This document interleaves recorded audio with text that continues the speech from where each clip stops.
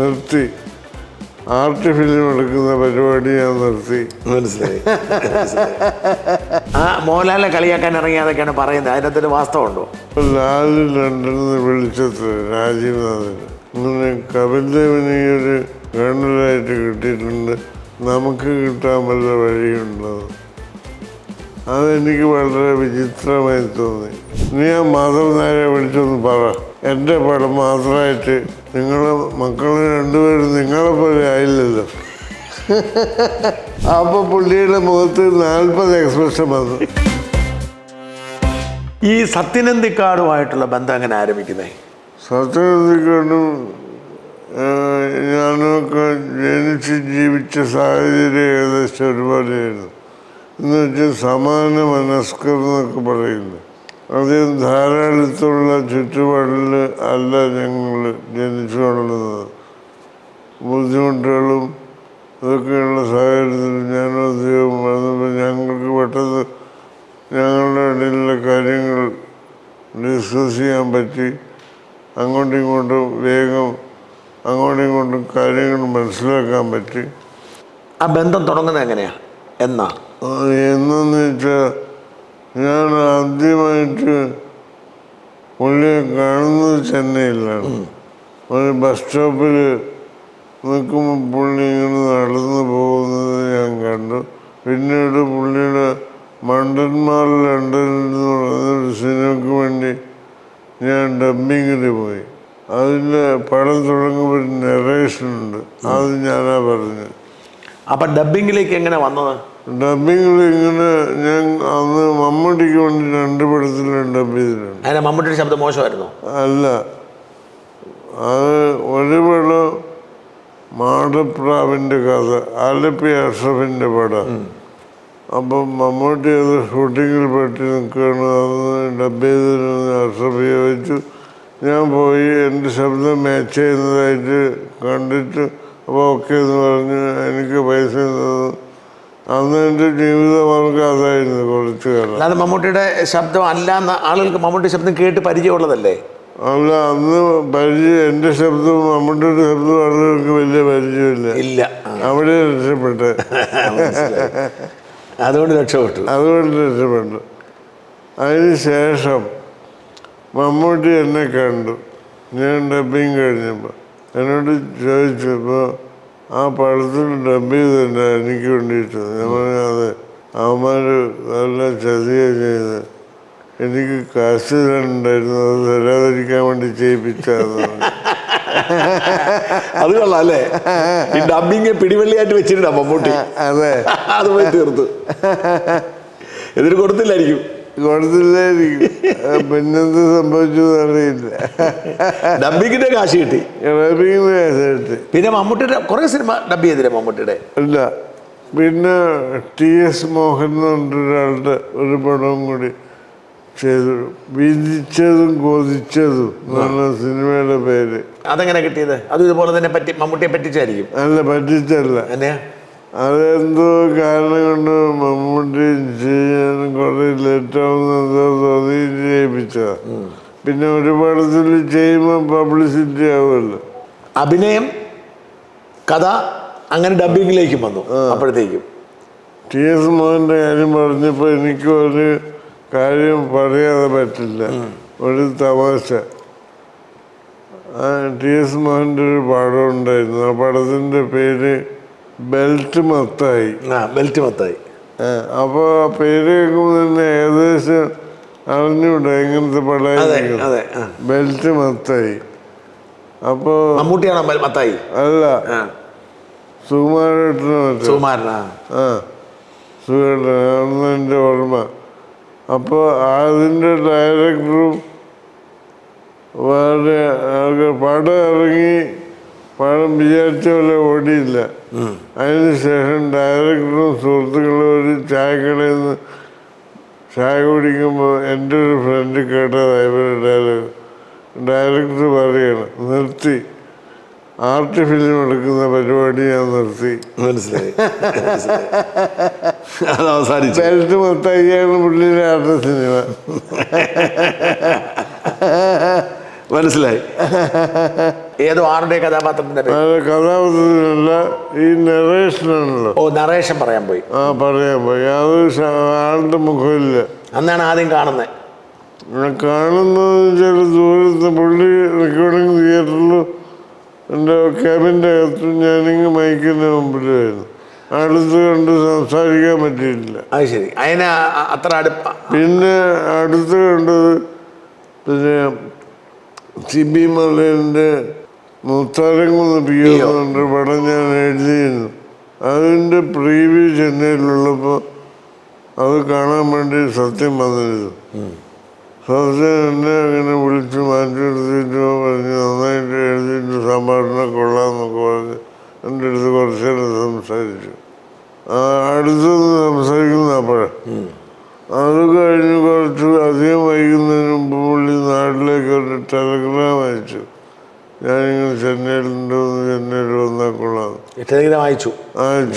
അങ്ങനെ ഞാൻ ചെല്ലാണ്. അപ്പോൾ പുള്ളി എന്നോട് പറഞ്ഞു, നമുക്കൊരു കഥ ഒന്ന് എഴുതാനുള്ള ഒരു പരിപാടി ആലോചിക്കാൻ പറ്റുമെന്ന്. ഞാൻ പറഞ്ഞു, ഞാനൊരു പ്രൊഫഷണൽ എഴുത്തുകാരനല്ല, അങ്ങനെ ഇത്ര സമയത്തിനുള്ളിൽ തന്നെ പറഞ്ഞാൽ ചിലപ്പോൾ എനിക്ക് നടന്നില്ലെന്ന്.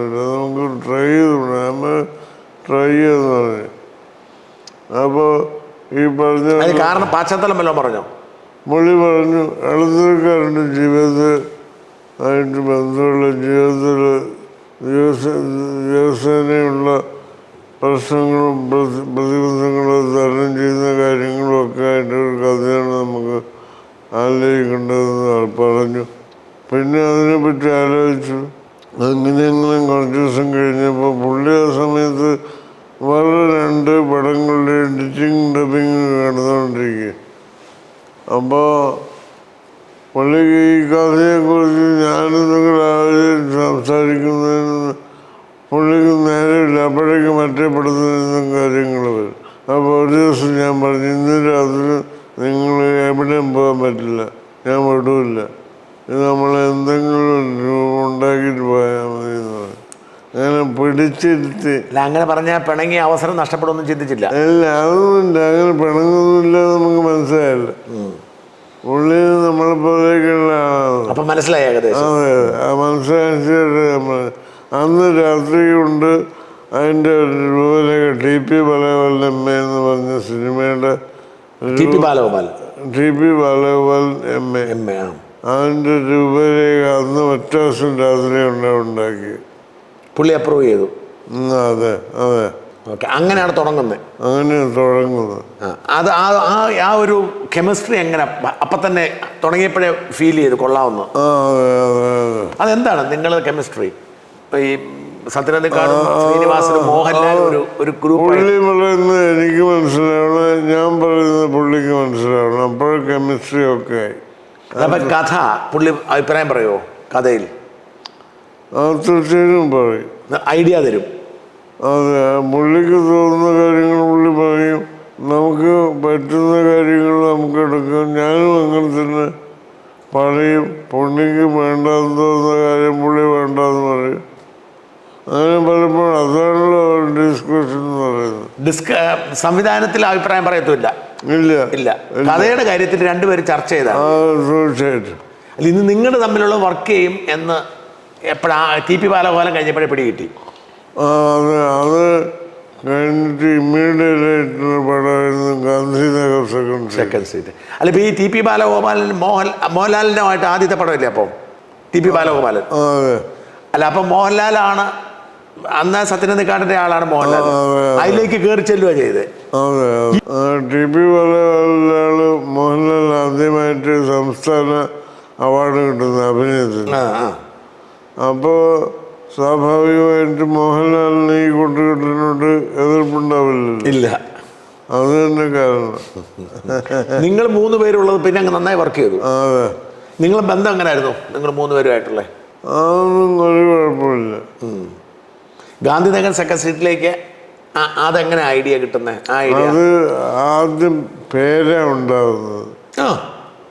ആ സിനിമ കഥയെല്ലാം ഉണ്ടാകുന്നത്. ഞാൻ ഒരു സച്ചിൻ്റെ മുറിയിൽ പോയിട്ട് ഞാൻ പറഞ്ഞു, നമുക്ക് ഒരു കഥ ആലോചിക്കാം. പിന്നെ അതായത് ഒരു കോളനി, പലതരത്തിലുള്ള ആൾക്കാർ താമസിക്കുന്ന ഒരു കോളനി. ഉദാഹരണത്തിന് നമുക്ക് ഗാന്ധിനഗർ സെക്കൻഡ് സ്ട്രീറ്റ് എന്ന് പേരുണ്ട്. ആ പേര് കൊള്ളാമെന്ന് സത്യം പറഞ്ഞു അപ്പം തന്നെ. അവിടെ പിന്നെ മറ്റ് ക്യാരക്ടേഴ്സിനെ പ്രതിഷ്ഠിക്കുകയാണ് ചെയ്തത്. ഒരുപാട് ക്യാരക്ടേഴ്സ്, സി പോളിൻ്റെ ക്യാരക്ടർ, അദ്ദേഹത്തിൻ്റെ ഭാര്യയുടെ ക്യാരക്ടർ, എഴുത്തുകാരനായ ശങ്കരാടി ചേട്ടൻ്റെ പൈങ്കിളി നോവലിസ്റ്റ്, അതെ അതെ, പിന്നെ മദ്യപാനിയായ ജനാർദ്ദൻ ചേട്ടൻ്റെ ക്യാരക്ടർ. അങ്ങനെ ഓരോ ക്യാരക്ടേഴ്സിനെ ഇങ്ങനെ കൊണ്ടുവരും. അതൊരു ഡിസ്കഷൻ രൂപപ്പെട്ടതാണോ? അതെ, സത്യമായിട്ട്. അതെ. ഈ പൊതുവെ പടങ്ങൾക്ക് കഥ പേര് രൂപീകരിക്കപ്പെടുന്ന എപ്പോഴാണ്? അത് കഥാകൃത്തിന് വല്ല റോളും ഉണ്ടോ? ഗാന്ധിനഗർ ഞാൻ ഇഷ്ടപേരാണ്. അത് പിടി കിട്ടി. പക്ഷേ അതിൻ്റെ ഷൂട്ടിങ് തുടങ്ങുന്ന തലേ ദിവസം നമ്മൾ കോഴിക്കോട് മഹാറാണി ഹോട്ടലിലെത്തിയപ്പോൾ എന്നോട് സത്യം പറഞ്ഞു, ഞാനൊന്ന് വീട്ടിൽ പോയിട്ട് നാളെ രാവിലെ ഷൂട്ടിങ്ങാണ്, ദാമോദര മാഷോട് കഥയൊന്ന് പറഞ്ഞു നോക്കുന്നത്, ഇമ്പാക്റ്റ് ഉണ്ടോ ഇല്ലയോ എന്നുള്ളത് അറിയാൻ വേണ്ടി. മാഷൊന്ന് ശശിയേട്ടന് വേണ്ടി സ്ക്രിപ്റ്റ് എഴുതിക്കൊണ്ടിരിക്കുന്ന സമയമുണ്ട്. എല്ലാ സ്ക്രിപ്റ്റുകളും മാഷാണ്. ദാമോദരനും അതെ. ദാമോദര മാഷോട് ഞാനും എൻ്റെ കഥയൊക്കെ പറയാറുണ്ട്. പുള്ളി നമ്മളോടും പറയും. അപ്പോൾ നമുക്ക് സ്വാതന്ത്ര്യമുള്ള അങ്ങനെ കഥ ഞാൻ ഇങ്ങനെ പല സ്ഥലത്ത് കോഴിക്കോട് പുള്ളിയും പലരും കഥയ്ക്ക് വേണ്ടി പലരെയും കാണുന്ന സമയമാണ്. അതിൻ്റെ ഇടയിൽ ഇങ്ങനെ ഓരോ സ്ഥലത്തേക്ക് പോകുന്നതിൻ്റെ ഇടയിൽ ഞാൻ കഥ പറഞ്ഞു. ഒരു ഇടവഴിയിൽ പുള്ളി കഥയൊക്കെ കഴിഞ്ഞപ്പോൾ നിർത്തി. എൻ്റെ കഴിഞ്ഞാൽ അപ്പോൾ ഞാൻ കഥ കഴിഞ്ഞു. അതാ ഇനി ഞാൻ പറയട്ടെ, നിങ്ങളൊരു പാത്രമുണ്ടാക്കി, അതിൽ പാത്രം മാത്രമേ ഉള്ളൂ, വിഭവങ്ങളൊന്നുമില്ല. നിങ്ങളൊരു ഗാന്ധി സെക്കൻഡ് സ്ട്രീറ്റ് ഉണ്ടാക്കി, അവിടെ എന്ത് സംഭവം നടക്കുന്നു, അവിടെ വല്ല കൊലപാതകമോ എന്തെങ്കിലും അവിചാരിതമായിട്ട് ആളുകൾക്ക് താല്പര്യം തോന്നുന്ന എന്തെങ്കിലും സംഭവങ്ങൾ അവിടെ ഉണ്ടോ? ഒന്നുമില്ല. അപ്പോൾ പുള്ളിയോട് നേരത്തെ ഞാൻ കഥ പറയുന്നുണ്ട്. ചില ദൂരെ കൂടുണ്ടാകുന്നുണ്ട്.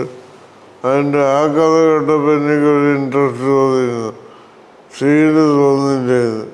ഇത് വേണ്ട, അപകടം എന്ന് പറയും. അങ്ങനെ സത്യം രാത്രി പോകുന്ന എന്നോട് നാളത്തേക്ക് പണ്ട് എന്തൊക്കെ എഴുതി ഞാൻ പറഞ്ഞു, ഞാൻ പണ്ട് പിന്നെ മോശാവസ്ഥയിലുള്ള ഞാനൊക്കെ ഡിസ്പ്ലിൻഡായിപ്പോയി. മാഷിങ്ങനെ പറഞ്ഞു, എൻ്റെ തോന്നുന്നില്ല.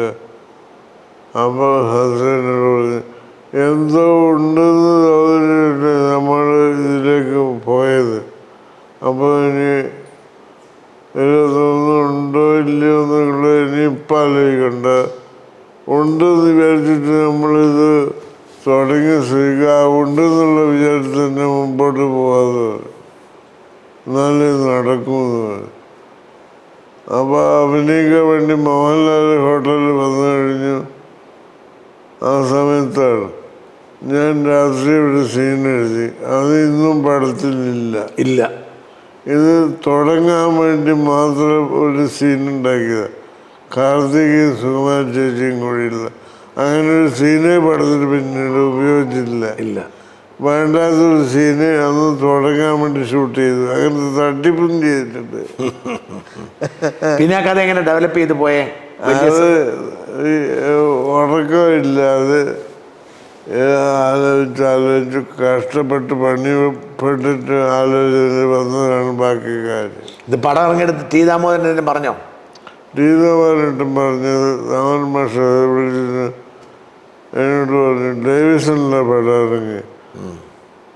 എനിക്കത് ഭയങ്കര അത്ഭുതമായിപ്പോയി. ഞാൻ ആദ്യത്തെ കുറച്ച് ദിവസം പടം ഒന്ന് കാണുന്നു ചോദിച്ചിട്ട് നമുക്ക് ടിക്കറ്റ് ഇല്ലെന്ന് പറഞ്ഞു.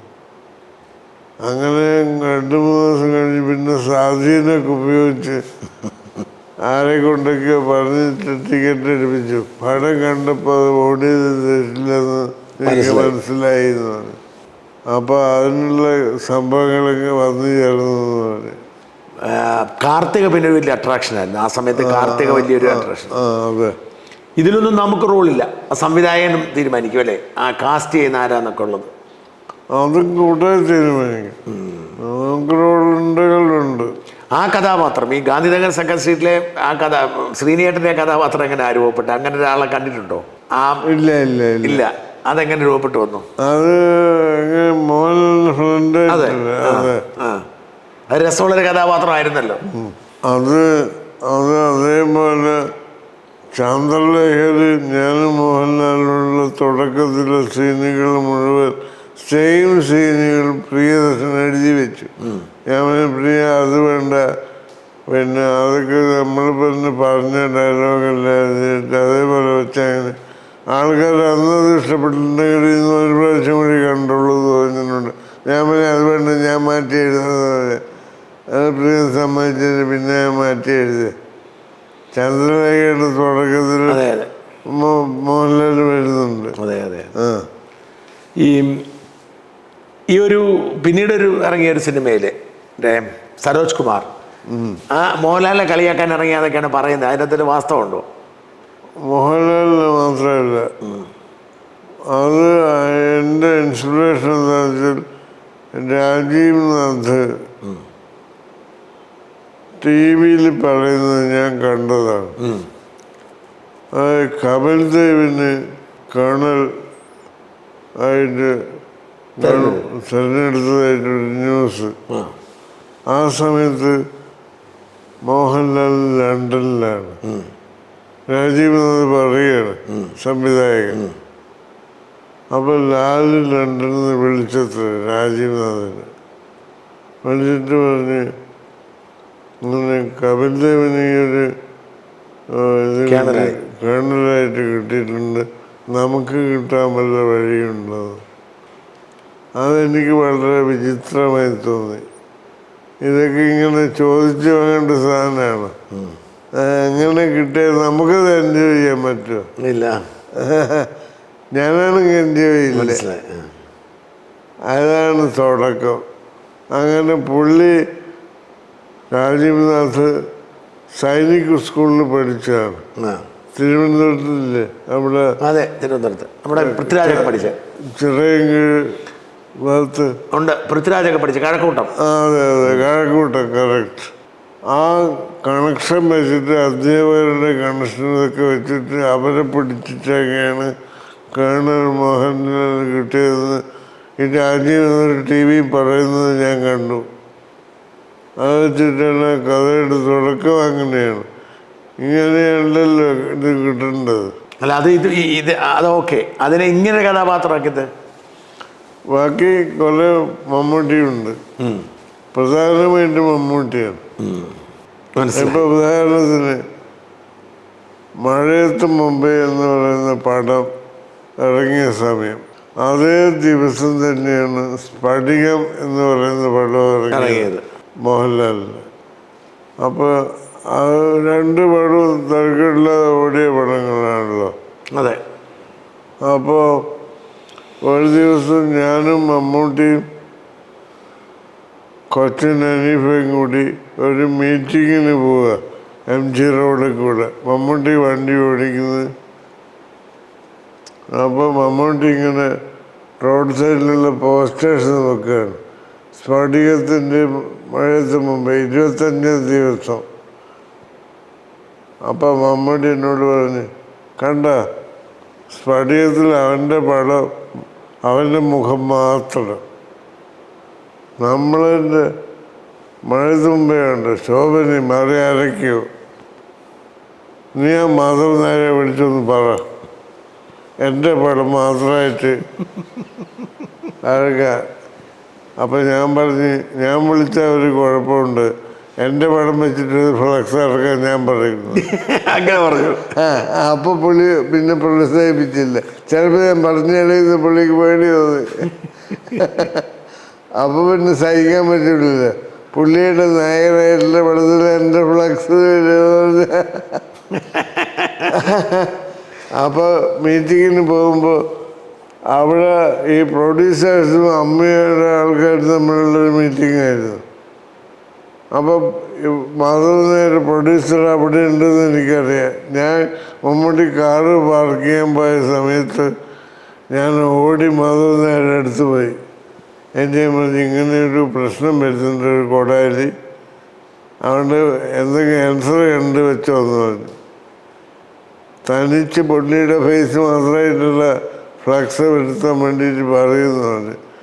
ആ മീറ്റിംഗ് കഴിഞ്ഞിട്ട് പോകുന്ന നേരത്ത് ഇയാളെ കണ്ട് ഞാൻ വെച്ച് വന്നത് പറഞ്ഞ പോലെ വന്നു. പക്ഷെ തൽക്കാലം ഞാൻ രക്ഷപ്പെട്ട്. ഞാൻ എങ്ങനെ ഞാൻ പുള്ളിയോട് പറഞ്ഞ് അത് നമുക്ക് അതിൻ്റെ പ്രശ്നം എന്ന് വെച്ചാൽ മോഹൻലാലിൻ്റെ കഴിഞ്ഞ 2-3 പടങ്ങൾ വളരെ വീക്കായിരുന്നു. അപ്പോൾ പുള്ളിക്ക് അതിൻ്റെ ആവശ്യമുണ്ട്, നിങ്ങൾക്ക് അതിൻ്റെ ആവശ്യമുണ്ടോ എന്ന് ഞാൻ ചോദിച്ചപ്പോൾ തീർന്നു.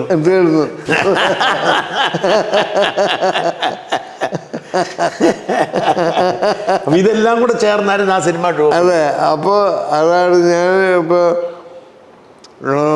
ഉദയനാട് താരത്തിൽ ഞാൻ പറയുന്നില്ല, എൻ്റെ മുഖം എൻ്റെ ഫുൾ ഫിഗർ അതൊക്കെ മമ്മൂട്ടിയാണ്.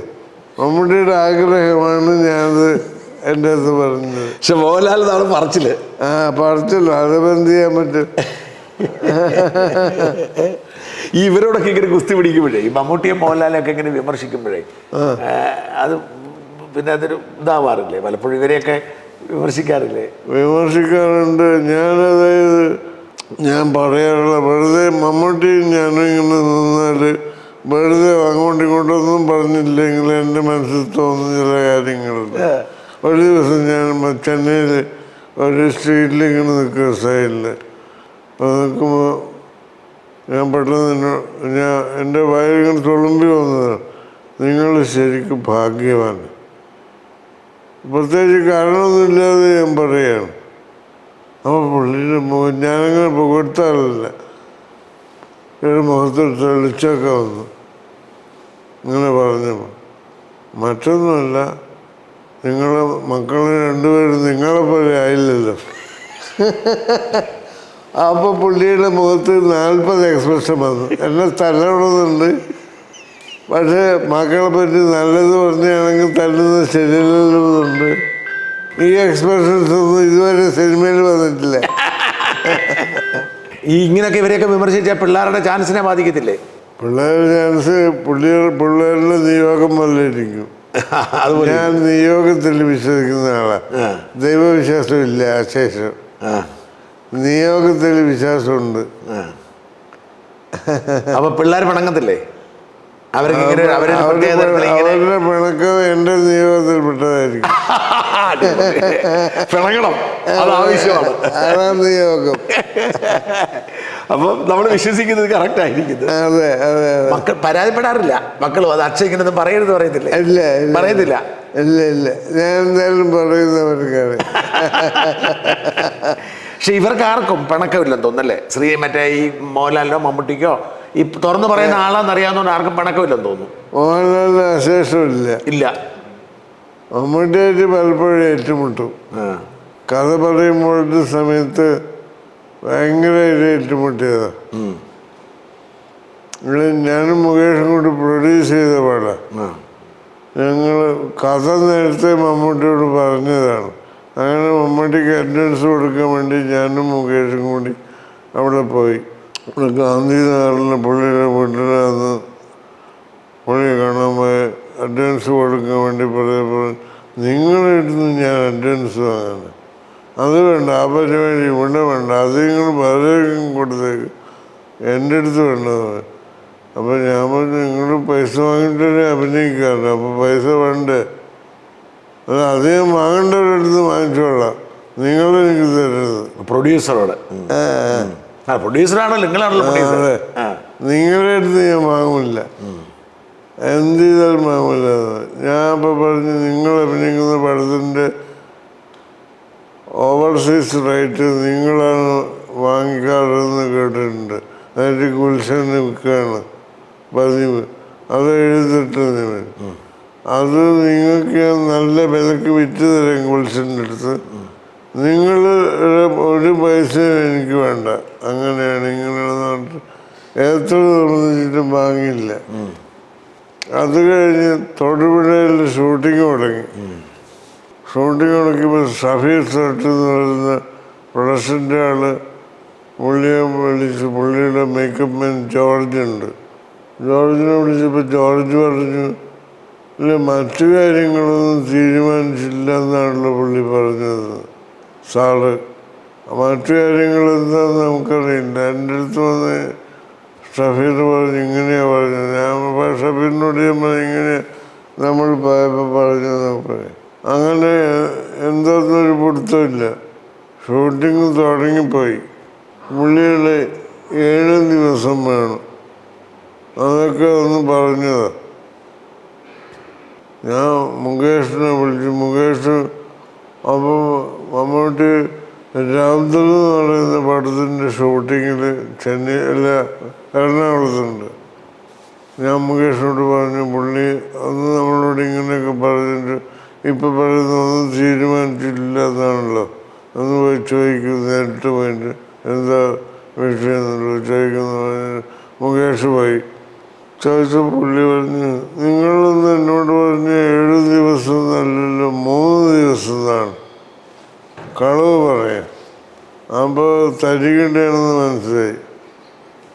അപ്പോൾ നല്ല മുകേഷ് പറഞ്ഞ് പിന്നെ 7 ദിവസം തന്നെയാണ് പറഞ്ഞു. നല്ല സുലു എന്നോട് പറഞ്ഞു, പുള്ളിയുടെ ഭാര്യ സുലു പറഞ്ഞില്ല 3 ദിവസമാണ്. ഇല്ല ഞങ്ങൾ പറഞ്ഞിട്ടില്ല, 7 ദിവസം എന്നാണ് പറഞ്ഞത്, ഉറപ്പാണെന്നൊക്കെ പറഞ്ഞു. അല്ല 7 ദിവസമാണെങ്കിൽ ടേംസ് ആൻഡ് കണ്ടീഷൻസ് വേറെയാണല്ലോ. അപ്പോൾ ഇത് മൊത്തം ഒരു തട്ടിപ്പാന്ന് മനസ്സിലായി. ഷൂട്ടിങ് നടക്കുന്ന ഹോട്ടലിൽ ഇന്നസെൻ്റ് താമസിക്കുന്നുണ്ട്. ഞാൻ ഇന്നസെൻ്റിൻ്റെ അടുത്ത് ചെന്നിട്ട് പറഞ്ഞു ഇങ്ങനെ മമ്മൂട്ടി ഇങ്ങനെയൊക്കെ മാറ്റി പറയുന്നത്. അപ്പം ഇന്നസെൻ്റ് പറഞ്ഞ് അവനോട് പോകാൻ പറഞ്ഞ മോഹൻലാലിനെ വിളിക്കുന്നത്. അപ്പം എൻ്റെ പ്രശ്നം എന്താ വെച്ചാൽ ഇങ്ങനെ അഹങ്കാരിയൊക്കെ ആയിട്ടുള്ള ഒരാളായിട്ട് മമ്മൂട്ടി തന്നെ വേണം. അയാൾ ആ റോള് ചെയ്താലേ ആളുകൾക്ക് ഫീൽ ചെയ്യത്തുള്ളൂ. അയാൾ സത്യമാണ് പറയുന്നത് ആളുകൾക്ക് തോന്നണം. നിങ്ങൾ ജാടയും ഒക്കെ വേണം നേരത്തെ. ഇങ്ങനെയുള്ള ആൾ പറഞ്ഞാലേ അത് ഫീൽ ചെയ്യും, ഹൃദയത്തിൽ തട്ടും. അപ്പം എന്ത് ചെയ്തെന്ന് വെച്ചാൽ വൈകുന്നേരമായപ്പോൾ ഇതുവരെ ചെലവായ കാശ് എത്രയെന്ന് ആലോചിച്ചു. അത് മുകേഷിൻ്റെ അടുത്ത് വാങ്ങാതെ എൻ്റെ എന്തെല്ലാം വിറ്റാൽ ഈ കടം തീർക്കാൻ പറ്റുമെന്ന് ആലോചിച്ചു. നിർത്താൻ തീരുമാനിച്ചു. എന്നിട്ട് അത് തീരുമാനമെടുത്തതിന് ശേഷം മമ്മൂട്ടിയെ വിളിച്ചു. ഞാൻ പറഞ്ഞു നിങ്ങൾ ഇതുവരെ ചെയ്തിട്ടുള്ള പല കാര്യങ്ങളും ഉണ്ട്, നല്ലത് തന്നെ, നമ്മൾക്കൊക്കെ പല കാര്യങ്ങളും ചെയ്തിട്ടുണ്ട്. പക്ഷേ ഈ പടത്തിൽ അഭിനയിക്കാൻ വേണ്ടി നിങ്ങൾ ബുദ്ധിമുട്ടേണ്ട, നിങ്ങൾ കൊണ്ടുവരാൻ വേണ്ട. അത് പറയാൻ വേണ്ടിയിട്ട് ഞാൻ വിളിച്ചത്. വരാൻ വേണ്ടത് മാത്രമല്ല, ഈ പടത്തിൻ്റെ ഷൂട്ടിങ് കിടക്കുമ്പോൾ ഈ ഡിസ്ട്രിക്റ്റ് നിങ്ങൾ ഉണ്ടാവരുത്, ശ്രദ്ധിച്ചോന്ന് പറഞ്ഞു. അത് അപകടമെന്ന് പറഞ്ഞു. എൻ്റെ ഫോൺ വെച്ചു. പിന്നെ എന്നെ വിളിയോട് വിളി. ആൻ്റോ ജോസഫും വിളിച്ചു തന്നെ, എടുത്തില്ല ഫോണ്. എൻ്റെ പുള്ളിയുടെ മെയിൻ ആളായതുകൊണ്ട് എനിക്കറിയാമല്ലോ എന്തിനാണ് വിളിക്കുന്നത്. അങ്ങനെ പലരും വിളിച്ച്. മമ്മൂട്ടി വിളിച്ചതിന് കണക്കില്ല. എന്നെ പേടിച്ചിട്ടല്ല, ഇത് നാട്ടിൽ പെട്ടായാൽ പുള്ളിയുടെ ഇമേജിന് മോശമല്ല, അത് പേടിച്ചിട്ട്. ഒന്ന് എനിക്കറിയാം എല്ലാ സംഗതി. അത് കഴിഞ്ഞിട്ട് പിന്നെ 1 മണിക്കൂർ കഴിഞ്ഞപ്പോൾ മുകേഷ് എന്നെ വിളിച്ചു. മമ്മൂട്ടിയായിരുന്നു നിങ്ങൾ വർത്താനമുണ്ട്. ഞാൻ പറഞ്ഞ കുറച്ച് വർത്താനം ഉണ്ടായിരുന്നത്. അല്ല ഇപ്പം എന്നെ വിളിച്ചിരുന്നു, എനിക്ക് പൈസയും വേണ്ട, ഒന്നും വേണ്ട, എത്ര ദിവസം വേണമെങ്കിൽ ഞാൻ വരും, ഞാൻ അഭിനയിക്കുന്നു. അത് പറഞ്ഞു. എല്ലാം മാറി പുള്ളിക്ക്, എല്ലാ അസുഖം മാറി. എന്നിട്ട് വന്നു അഭിനയിച്ചു. ആ സിനിമയിലെ മാസ് ഡയലോഗാണ് മമ്മൂട്ടിയുടെ ആ പ്രസംഗം. അതെ. അതെങ്ങനെ രൂപപ്പെട്ടതാ? അത് ശരിക്കും ഈ കഥ എൻ്റെ കഥയല്ലല്ലോ. ഈ കഥ ശ്രീകൃഷ്ണനെ പറ്റി, കുചേലനെ പറ്റി നമ്മൾ കേട്ടിട്ടുള്ള കഥയാണ്. അതെ, പണ്ട് മുതലുള്ള കഥ. പണ്ട് മുതലേ ഉള്ള കഥ. ഞാനാലോചിച്ച് ഇത്രയേ ഉള്ളൂ. ആ കഥ, ആ സൗഹൃദം ആധുനിക കാലഘട്ടത്തിൽ ഈ ക്യാരക്ടേഴ്സ് ജീവിക്കുകയാണെങ്കിൽ ആരൊക്കെ ആയിരിക്കുമെന്നാണ്. അപ്പോൾ ശ്രീകൃഷ്ണൻ്റെ ലെവലിലെത്തുന്ന അതേ ലെവലിലെത്തണമെങ്കിൽ വലിയൊരു താരമായിരിക്കണം എന്നങ്ങനെയാണ് തീരുമാനിച്ചത്.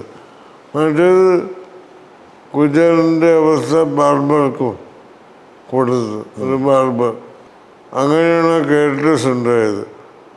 ഈ പ്രസംഗം എഫക്റ്റ് ചെയ്തില്ലെങ്കിൽ, ആളുകളുടെ മനസ്സിൽ തട്ടിയില്ലെങ്കിൽ പടം തന്നെ പൊട്ടിപ്പോകും. അതുകൊണ്ട് ഞാനതായത് KP അപ്പൻ്റെയൊക്കെ നിരൂപണ പുസ്തകങ്ങൾ, സാഹിത്യ നിരൂപണ പുസ്തകങ്ങൾ വരെ ബേസ് ചെയ്തിട്ടുള്ള പല കാര്യങ്ങളും അതിൻ്റെ അകത്ത് ഉപയോഗിച്ചിട്ടുണ്ട്. പദങ്ങളൊക്കെ പദങ്ങൾ അപ്പൻ്റെത് ഭയങ്കര രസമാണല്ലോ, അങ്ങനെ ഒഴുകി പോവാണല്ലോ അപ്പൻ്റെ വാക്കുകൾ. വായിച്ചിട്ടുണ്ട്. അപ്പൻ്റെ ഞാൻ വായിക്കും. അദ്ദേഹത്തോട് പെർമിഷൻ ചോദിച്ചിട്ടാണ് ആ വാക്യം കടമെടുത്തത്. അങ്ങനെ പെർമിഷൻ ചോദിച്ചിട്ട് എടുത്തു. അനൂപിൻ്റെ അടുത്ത് അനൂപില്ലേ, അനൂപിൻ്റെ അടുത്ത് ഞാൻ പറഞ്ഞ് അദ്ദേഹത്തോട് പറയണോ, അദ്ദേഹത്തിൻ്റെ ഇന്ന പുസ്തകത്തിലുള്ള ഒരു വരി, അത് വരികയെന്നറിയാം. വൈലോപ്പള്ളിയുടെ മാമ്പഴം എന്ന് പറയുന്ന കവിതയിൽ പൊങ്കിളെന്നുള്ളുന്ന കുട്ടികളെ തല്ലിയ അമ്മമാരെ കുറിച്ച് പറയുന്ന ആ ഭാഗമാണ്. ഏതോ പുസ്തകത്തിന്റെ പേര് ഞാനിപ്പോ മറന്നു. അതൊക്കെ എടുത്തു. അതൊക്കെ അങ്ങനെ പല സ്ഥലത്തുനിന്നും പലതും എടുത്തു, പലപ്പോഴായിട്ട് എഴുതി. പിന്നെ ഞാൻ നേരത്തെ പറഞ്ഞ നിയോഗങ്ങളെ കുറിച്ചിട്ട് മമ്മൂട്ടി പറയുന്നുണ്ട്. ഞാൻ ലോകത്ത് എവിടെയായിരുന്നാലും ഇന്ന് ഇവിടെ സ്കൂളിൽ എത്തിപ്പെടുക എന്നുള്ളത് ഒരു നിയോഗമാണ് എന്ന് ആദ്യം പറയുന്നുണ്ട്. ഞാൻ എൻ്റെ ജീവിതത്തെ പറ്റി പറയുന്നതൊക്കെ നിയോഗം എന്ന് പറഞ്ഞില്ല. അതേപോലെ അത് നമ്മളെ വിശ്വാസമാണ്, വ്യക്തിപരമായിട്ടില്ല. അത് ഞാൻ പുള്ളിയുടെ ഡയലോഗായിട്ട് അതിൽ ഉപയോഗിച്ചിട്ടുണ്ട്. അങ്ങനെ പല സെൻറ്റൻസുകളും പല എൻ്റേതായ ഫിലോസഫികളും എൻ്റെ ഭാവനയിൽ തോന്നിയ കുറച്ച് കാര്യങ്ങളും എല്ലാം പല പേജുകളിലായിട്ട് എഴുതി വെച്ച് അവസാനം അന്ന് ഷൂട്ടിംഗ് നടക്കുന്ന ദിവസം രാവിലെ 4 മണിക്ക് എഴുന്നേറ്റിട്ടാണ് അത് മുഴുവൻ ഒന്നിച്ചാക്കിയത്. എന്നിട്ട് ഞാൻ വായിച്ചപ്പോൾ എൻ്റെ കണ്ണിൽ ഇങ്ങനെ കൂടുതൽ കണ്ണീര് വന്നു. അപ്പം എനിക്ക് സമാധാനമായി. ഇത് എന്നെ പോലെയുള്ള ഹൃദയമുള്ള ആളുകളെ കരയിപ്പിക്കുന്നു തോന്നിയത് അങ്ങനെയാണ്. ആത്മവിശ്വാസത്തോടു കൂടിയിട്ടാണ് ഞാൻ ആ പേപ്പറുമായിട്ട് ഷൂട്ടിംഗ് സ്ഥലത്തേക്ക് പോയത്. അപ്പോൾ ഇന്നസെൻറ്റും മമ്മൂട്ടിയൊക്കെ അവിടെ ഉണ്ട്. മമ്മൂട്ടി എൻ്റെ ഇവിടെ കുറച്ച് പേപ്പർ പിടിച്ചെടുത്തിട്ട് വായിച്ചു നോക്കിയിട്ട് പുള്ളിയുടെ കണ്ണ് നിറഞ്ഞു. ഞാൻ സക്സസ് ആയി. ഇന്നസെന്റ് വായിച്ചു. ഇന്നസെന്റ് കൊള്ളാടാന്ന് പറഞ്ഞു. രജനീകാന്ത് പിന്നീട് കണ്ടു. അതെ, അതൊക്കെ പടം കഴിഞ്ഞിട്ടാണ്. അത് ഉദ്ദേശിച്ച് ഫലം ചെയ്തു. ഒരുപക്ഷെ ആ ഡയലോഗ് എഴുതാൻ മെനക്കെട്ടത്രയും സമയം മറ്റൊരു സിനിമ ഡയലോഗിന് കഥയ്ക്ക് മെനക്കെട്ട് കാണത്തില്ലല്ലേ? എനിക്ക് തോന്നുന്നത് അതെ, ശരിയാ. അത്ര ഒരു അധ്വാനം. അതെ, കുറച്ച് ശരിക്കും ഒരുപാട് ആലോചിച്ചും ഒരുപാട് ബുദ്ധിമുട്ടിയിട്ടും തന്നെയാണ് അതൊക്കെ ഉണ്ടായത്. അങ്ങനെ എല്ലാ സിനിമക്കും ഒരുപാട് കഷ്ടപ്പാടൊക്കെ ഒരുപാട് ഉണ്ടായിട്ടുണ്ട്, സന്ദേശത്തിനും ഉണ്ടായിട്ടുണ്ട്. ആ സിനിമയ്ക്ക് ലൊക്കേഷൻ അവിടെ എടുക്കാൻ കാര്യം മേലുകാവ് എന്നുള്ള ഒരു പേരൊക്കെ വരാൻ കാര്യം എന്നാ? ആ ലൊക്കേഷനിൽ അത് തന്നെ സ്ഥലത്തിൻ്റെ പേര് അങ്ങനെ വന്നപ്പോഴാണ്. കേരളത്തിലെ എല്ലാ സ്ഥലത്തും നമ്മൾ പല സ്ഥലത്തും പോയിട്ടുണ്ട്. അവിടെ ഷൂട്ട് ചെയ്ത സ്ഥലം മേലുകാവ്. അവിടെ ചെന്ന് ഇറങ്ങിയപ്പോൾ അവിടെ ഷൂട്ട് ചെയ്ത് തോന്നിയത് അവിടുത്തെ ആൾക്കാരുടെ ഒരു നിലപാട് കണ്ടിട്ട്, ബെസ്റ്റ് ആൾക്കാർ ഇത്രയും സ്നേഹത്തോടു കൂടി പെരുമാറിയ കേരളത്തിലെ മറ്റൊരു സ്ഥലം അന്ന് നമുക്ക് ഫീൽ ചെയ്തിട്ടില്ല. അപ്പോൾ ഞങ്ങൾ അപ്പോഴും തീരുമാനിച്ചു ഇവിടെ തന്നെ ഷൂട്ട് ചെയ്യും. ആൾക്കാരിന് നല്ലതാണെങ്കിൽ നമുക്ക് അവിടെ ഷൂട്ട് ചെയ്യാൻ തോന്നുന്നു. ഭയങ്കര രസമായിരുന്നു ഷൂട്ടിങ്, നല്ല സഹകരണമായിരുന്നു. പിന്നീട് ഭയങ്കര സഹകരണമായിരുന്നു. അതുപോലത്തെ സ്ഥലം നമ്മുടെ ഓർമ്മയിലില്ല. നമ്മൾ പൊതുവെ ഷൂട്ടിങ്ങിന് അനുകൂലമായ സ്ഥലം നമ്മളെപ്പോഴും വിചാരിക്കുന്നത് ഒന്ന് കോഴിക്കോടും വേറൊന്ന് പാലക്കാടും. അതിനേക്കാളും നല്ലതായിട്ട് ഫീൽ ചെയ്ത സ്ഥലമാണ് മേലുകാവ്. പിന്നീട് തൊടുപുഴ അങ്ങനെ അതിന്റെ ഭാഗമുള്ള തൊടുപുഴ പിന്നീട് വലിയതായിട്ട് മാറി അല്ലേ? അതെ അതെ ഇപ്പൊ ഏറ്റവും കൂടുതൽ സിനിമ ഷൂട്ടിംഗ് നടക്കുന്ന സ്ഥലങ്ങളൊന്നും അതെ ഒന്നാണ്. ഈ പിന്നീട് സംവിധാനത്തിലേക്ക് വരാൻ തീരുമാനിച്ചെന്നെ അങ്ങ് കഥ ഡബിങ് നിർത്തി അപ്പോഴത്തേക്കും പിന്നെ കഥയിലും അഭിനയത്തിലും മാറി മാറി മത്സരിച്ചു പോകുന്നു. സംവിധാനം എങ്ങനെ പിന്നെ ക്രൈസ് ആയിട്ട് വന്നത്? സംവിധാനം എന്ന് പറഞ്ഞാൽ ആ കഥ ഉണ്ടായിട്ട് അതൊരു സിനിമയാവാൻ വേണ്ടിയിട്ട് ആഗ്രഹമുണ്ടായിരുന്നു. അത് സത്യൻ സംവിധാനം ചെയ്യുക, ഞാനും ഒരു ഹിന്ദി നടി അന്നത്തെ വലിയൊരു സ്റ്റാറും കൂടി ഒന്നിച്ച് അഭിനയിക്കുമ്പോൾ ഒരു പുതുമയുണ്ടാവുന്ന സത്യന് തോന്നിയിട്ട് തോംസൺ ഫിലിംസിന് വേണ്ടി ആ പടം എടുക്കാൻ തീരുമാനിച്ചു. ഈ വടക്കൊക്കെ ആ കഥ സിനിമയാക്കാൻ. അപ്പോൾ അതിൻ്റെ പ്രൊഡക്ഷൻ കൺട്രോളർ നമ്മുടെ സച്ചിയായിരുന്നു, വിമിക മെനുവിൻ്റെ സച്ചി. പിന്നീട് മരിച്ചു. സച്ചിദാനന്ദ്. അപ്പോൾ സച്ചി തോംസന് വേണ്ടിയിട്ട് കഥ കേൾക്കാൻ ഞങ്ങളുടെ അടുത്ത് വന്നു. അങ്ങനെ സത്യം കഥ പറഞ്ഞു. അപ്പോൾ സച്ചി പറഞ്ഞു ഇതിൻ്റെ സെൻറ്റിമെൻറ്റ്സ് ഇല്ല, ശരിയാവില്ല എന്ന് പറഞ്ഞു. അപ്പോൾ സത്യന് ദേഷ്യം വന്നിട്ട് സത്യം പറഞ്ഞു സെൻറ്റിമെൻറ്റ്സ് ഉണ്ടാകുമ്പോൾ എടുക്കാം, പോയിക്കോന്ന് പറഞ്ഞു. എന്നിട്ട് അങ്ങനെയാണ് ആ കഥ എടുക്കാനാളില്ല ഉണ്ടായി.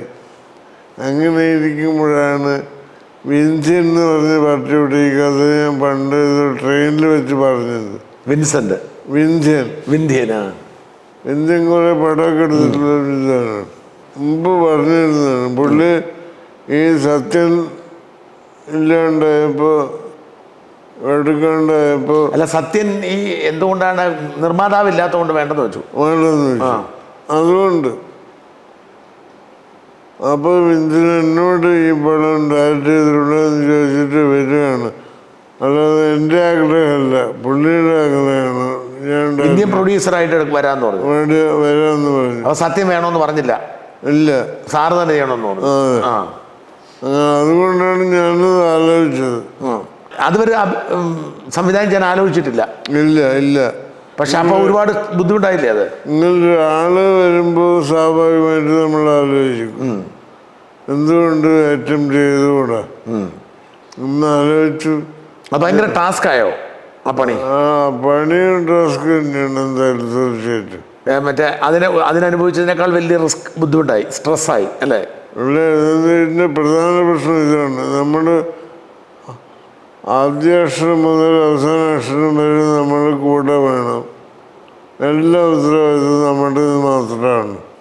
അവസാനം പേപ്പർ പബ്ലിസിറ്റിക്ക് വരികൾ എഴുതുന്നത് വരെ നമ്മൾ ശ്രദ്ധിക്കണം. അപ്പം അതിന് ആ പരസ്യം ചെയ്ത വാക്കുകൾ ഞാൻ തന്നെ ഉണ്ടാക്കിയതാണ്. ലോക സിനിമാ ചരിത്രത്തിൽ ആദ്യമായി അതായിരുന്നു ഒരു പരസ്യം, തളത്തിൽ ദിനേശൻ്റെ കഥ വെള്ളിത്തിരയിൽ. അങ്ങനെ ഉണ്ടാകാൻ അതിന് ഐഡിയ എങ്ങനെ ഉദ്ദേശിച്ചതാ? ഐഡിയ ഉണ്ടാകാൻ കാര്യം എന്നാ? ആലോചിച്ചുകൊണ്ട് തന്നെ ഉണ്ടായി, വേറെ ഒന്നും പറയാനില്ല അതിനെ പറ്റി. അപ്പൊ പിന്നെ അങ്ങനെ പറഞ്ഞു. അതുകൊണ്ട് അങ്ങനെ പറഞ്ഞു. നുണയല്ല, സത്യമാ. അതെ, ആദ്യമായിട്ടല്ലേ വരുന്നത്. ഈ തളത്തിൽ ദിനേശ് എന്നുള്ള പേരെങ്ങനെ? തളത്തിൽ എന്ന് പറഞ്ഞാൽ ഞങ്ങളുടെ നാട്ടിലുള്ള വില്ലേജിലുള്ള ഒരു തറവാടാണ്. പിന്നെ ആ കൂടെ ദിനേശൻ ചേർത്തു. ആ കൂട്ടത്തിൽ ദിനേശൻ കൂടി ചേർത്ത്. അവിടെ അങ്ങനെ കഥാപാത്രം ഉണ്ടായിരുന്നോ? ഇല്ല. തളത്തിൽ രവിയും ശ്രീധരനും രണ്ടാൾക്കാരാണുള്ള, ചേട്ടനും ദിനേശ് ഞാനുണ്ടാക്കിയത്. അത്തരം കഥാപാത്രത്തെ ജീവിതത്തിൽ കണ്ടിട്ടുണ്ടോ? ദിനേശനെ പോലെ, തളത്തിൽ ദിനേശനെ പോലെ കഥാപാത്രത്തെ ജീവിതത്തിൽ കാണാൻ? യഥാർത്ഥത്തിൽ അയാൾ കൊല്ലത്തുകാരനായ ഒരു വിദ്വാന്. അത് ഞാൻ പുറത്ത് മാഗസിൻ ഇൻ്റർവ്യൂവിലൊക്കെ പറയുമ്പം അയാളുടെ പേര് മാറ്റി പറയും, മുരളി എന്ന് പറയും. യഥാർത്ഥത്തിൽ അയാളുടെ പേര് സുഗതൻ എന്നാണ്. ഇപ്പം എനിക്ക് പറയാൻ പേടിയില്ല, കാലം കുറേ കഴിഞ്ഞു. അയാൾ തല്ലുന്നുണ്ടെങ്കിൽ തല്ലട്ടെ. അയാളെങ്ങനെ കാണുന്നത്? അയാളെങ്ങനെ പരിചയപ്പെട്ടെ? അയാൾ ചെന്നൈയിൽ ഞങ്ങൾ ഒരേ ബിൽഡിങ്ങിൽ താമസിച്ച. എന്നിട്ട് അപ്പോൾ പിന്നെ പുള്ളിയുടെ ഒരു ഫ്രണ്ട് ചന്ദ്രശേഖരനും ഒന്നിച്ചൊരു മുറി താമസിച്ചിരുന്നതാണ്. ഒരു ദിവസം ചന്ദ്രശേഖരൻ ഞങ്ങൾ ഒന്നിച്ച് ബാറ്റ് കളിക്കും, ഷട്ടിൽ എല്ലാ ദിവസവും ചന്ദ്രശേഖരനും കളിക്കാൻ വരും. ഒരു ദിവസം ചന്ദ്രശേഖരൻ പറഞ്ഞ് ഇയാൾ വെറുതെ ഞാനായിട്ട് വഴക്കുണ്ടാക്കി എന്നെ കൊണ്ട് പോടാന്നൊക്കെ പറഞ്ഞ് മുറിയിൽ നിന്ന് എന്നെ ഇറക്കി വിട്ടതെന്നൊക്കെ പറഞ്ഞു. എന്താണെന്ന് അറിയില്ല. പിന്നീടാണ് നമുക്ക് മനസ്സിലായി പുള്ളി കല്യാണം കഴിക്കാൻ പോവുകയാണ്, സുഗതൻ. അപ്പോൾ കല്യാണം കഴിക്കുന്നതിന് മുമ്പ് തന്നെ ഈ സുഹൃത്തിനെ ഒഴിവാക്കുകയാണ്. മനസ്സിലായി. കാരണം ഈ സൗഹൃദം വെച്ചുകൊണ്ട് ഈ ഭാര്യയുള്ളപ്പോൾ അവൻ വീട്ടിൽ വരുമെന്നുള്ള പേടിയാ. മനസ്സിലായി. മുൻകൂട്ടി പിന്നെ പ്രിക്കോഷൻസ് എടുക്കുകയാണ്. പിന്നെ എനിക്ക് മനസ്സിലായി. അപ്പോൾ ഞങ്ങൾ ഒരു ചായക്കടയുണ്ട് ചെന്നൈയിൽ, ഈ താമസിക്കുന്നിടത്ത്. ആ ചായക്കടയിൽ വെച്ചിട്ട് എന്നെ കാണും രാവിലെ. എന്നെ ആശാനെന്നാണ് വിളിക്കുന്നത് പുള്ളി. ആശാന്. ഒരു ദിവസം എന്നോട് പറയാം, ഞാൻ എൻ്റെ വിഷമം പറയുന്നുണ്ടെന്ന് തോന്നരുത്. ഞാൻ കല്യാണം കഴിച്ചിട്ടാണ് ആദ്യമായിട്ട് എൻ്റെ ഭാര്യ എൻ്റെ കൂടെ മദ്രാസിൽ വരുന്നതാണല്ലോ നമ്മൾ വിചാരിക്കുന്നത്. പക്ഷേ എനിക്ക് മനസ്സിലായി അവൾ നേരത്തെ ചെന്നൈയിലൊക്കെ ധാരാളം വന്നിട്ടുണ്ടെന്ന്. അതങ്ങനെ മനസ്സിലായി. അവൾ വന്നിട്ട് 2 ആഴ്ചയായിട്ടുള്ളൂ. ഞാൻ 6 കൊല്ലമായി ഇവിടെ ജീവിക്കുന്നു. എന്നെ കാണുന്നതായിട്ട് അവിടെ തമിഴ് സംസാരിക്കുന്നു. അപ്പോഴേ തുടങ്ങി. അപ്പോഴേ അസുഖം തുടങ്ങി. മനസ്സിലായി. അപ്പോൾ അവളെ വെറുതെ വരാൻ പറ്റില്ല ചെന്നൈയിൽ. മനസ്സിലായി. അപ്പോൾ അതാണ് പുള്ളിയുടെ വിശ്വാസം. ഇവളത്ര സുന്ദരിയുമല്ല. സുന്ദരി അല്ല. നമ്മളങ്ങ് സുന്ദരിയാക്കി. സുന്ദരിയാക്കിയതാ. എന്തൊക്കെ ഒരു ന്യായം വേണ്ട. പുള്ളിയുടെ സംശയത്തിന് ന്യായമേ ഇല്ല.